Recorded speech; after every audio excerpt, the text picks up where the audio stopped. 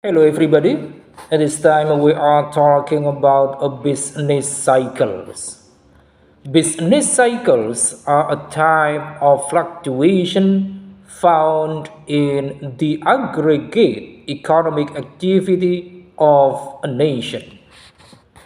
A cycle consists of expansions in many economic activities occurring at about the same time, followed by similarly general contractions.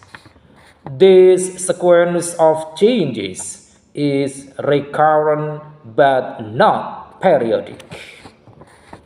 And then we move to stages of the business cycle. The first stage, expansion. In this stage, there is an increase in positive economic indicators such as employment, income, output, wages, profits, demand, supply of goods and services, etc. Debtors are generally paying their debts on time. The velocity of the money supply is high and investment is high.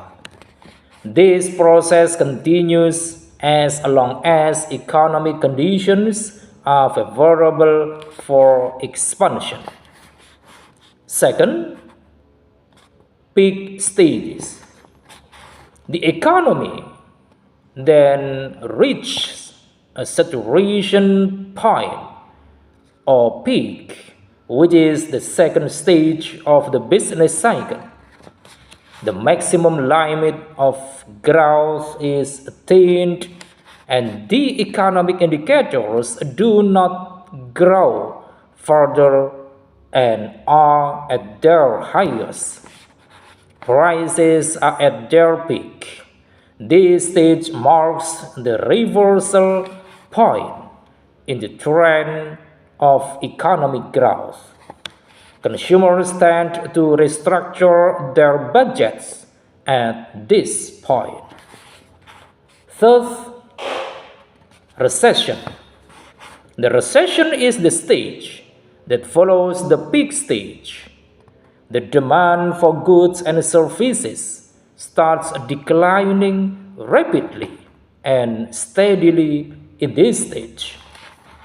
Producers do not notice the decrease in demand instantly and go on producing, which creates a situation of excess supply in the market. Prices tend to fall. All positive economic indicators such as income, output, wages, etc., consequently start to fall. Fourth, depression stage.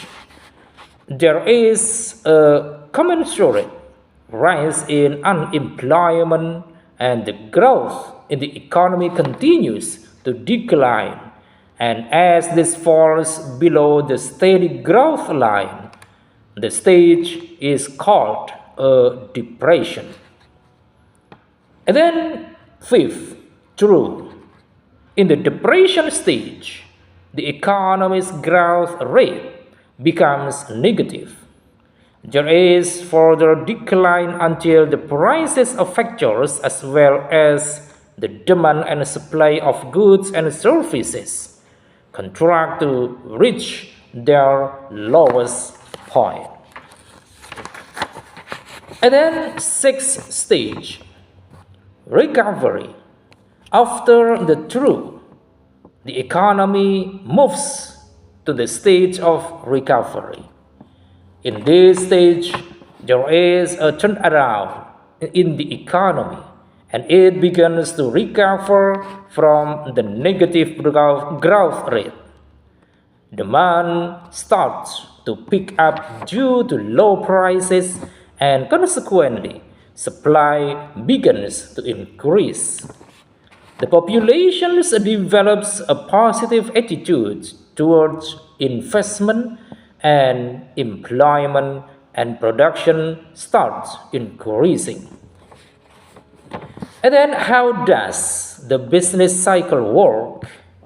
The business cycle is a natural phenomenon that occurs in all economies and is an essential aspect of macroeconomic analysis.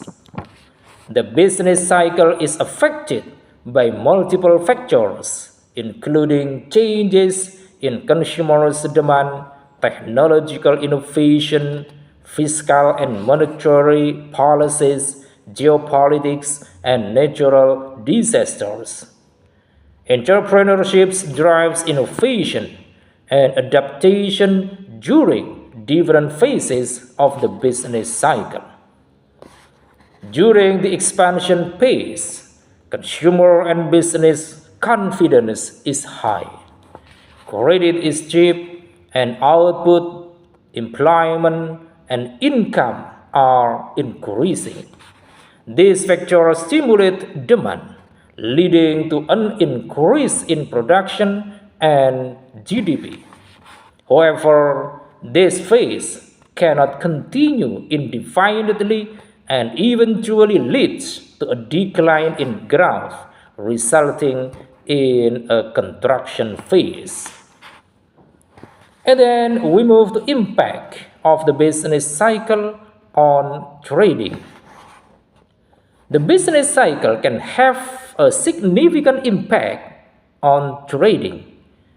The different phases of the cycle can create different trading conditions, and understanding these conditions can help traders make informed decisions about when to enter or exit trades, what types of traders to make, and how to manage risks.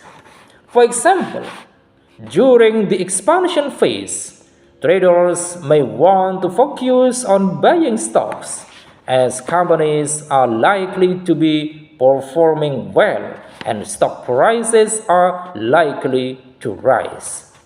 However, during the contraction phase, traders may want to focus on selling stocks as companies may be struggling and stock prices may fall. And then we move to relations between inflation and business cycle. There's a complex relations between the business cycle and inflation. Usually, during economic expansions, demand for goods and services rises. Accordingly, businesses ramp up their production to meet the increased demand, which in turn leads to increased inflation. On the other hand, during economic contractions, economic activity slows down. This can lead to lower demand for goods and services and hence reduce inflation. However, it is to be noted that the relationship between the two isn't always perfectly linear. Other factors like government policies and global events can also influence inflation rates. And then we move to features of business cycles. The first feature, business cycles occur periodically, although they do not exhibit the same regularly. The duration of these cycles varies. The intensity of fluctuations also varies. Second, business cycles have serious consequences on the well-being of the society.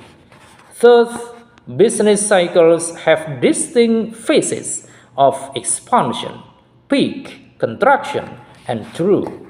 This phase seldom displays smoothness and regularity.